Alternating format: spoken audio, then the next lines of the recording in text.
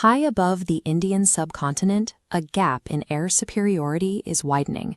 Right now, two global superpowers are racing to fill it, but only one is offering its most closely guarded secrets to secure the deal. The Indian Air Force commands some of the most highly elite and rigorously trained pilots in the world, but skill alone cannot override hardware limits, and India's current fleet relies heavily on fourth-and-a-half-generation aircraft. Jets like the modernized Rafale form a capable backbone for the military. They are fast, lethal, and technically advanced, but they are not true fifth-generation stealth platforms.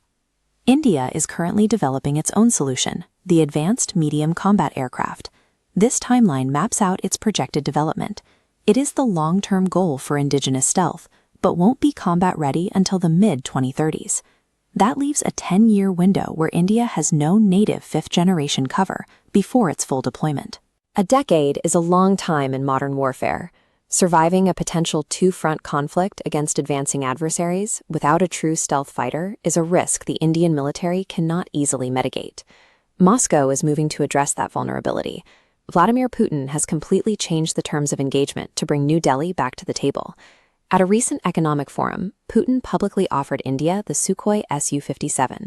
It is Russia's most advanced, combat-tested fifth-generation fighter, designed specifically for stealth and high maneuverability combat. Standard global defense deals are typically restricted to buyer-seller contracts. However, Putin is proposing full co-production of the Su-57 on Indian soil, with no restrictions on usage. In most stealth aircraft sales, the seller keeps the internal mechanics and radar-absorbing coatings classified. The buyer gets the plane, but they remain dependent on the manufacturer for deep maintenance and upgrades. Russia is citing the joint development of the BrahMos missile as the template for this deal. That program resulted in a world-class platform where Indian and Russian engineers shared technical data from day one. Putin is suggesting that same level of deep access for the Su-57, offering the specific blueprints and turbine technology that no other superpower has put on the table. To understand why this offer is being made now, we have to look back to 2018. India was originally partnered with Russia on a fifth-generation project called the FGFA program. India walked away from that deal because Moscow refused to share the critical stealth technology required for domestic production. The terms at the time did not align with India's self-reliance goals. But the global landscape of 2025 has shifted. Economic sanctions have left Russia increasingly isolated from Western markets and traditional defense buyers. This isolation has shifted the leverage in India's favor. Moscow now requires a massive export market to keep its assembly lines moving and a stable strategic partner in Asia to bypass Western pressure. The decision to walk away in 2018 functioned as a strategic pause. It demonstrated that India would not accept secondary technology, eventually forcing Russia to return with the unrestricted offer they are making today. While the terms have changed, the regional threats are accelerating. Across the border, China is already mass-producing and deploying its own J-20 stealth fighters into active frontline service. There is also an immediate secondary threat. Beijing is preparing to export its newer J-35 stealth fighters to Pakistan, which would introduce fifth-generation capabilities to India's western border for the first time. Washington is responding by attempting to pull India into the American defense orbit. U.S. officials have begun discussing the F-35 as a potential alternative to Russian equipment. But the American offer has significant drawbacks.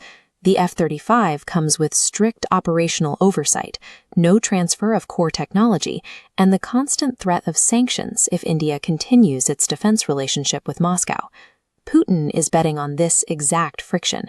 He has praised Prime Minister Modi's sovereign independence, signaling his belief that India will refuse to let foreign sanctions dictate its choice of military hardware. Choosing the Su-57 functions as a geopolitical declaration.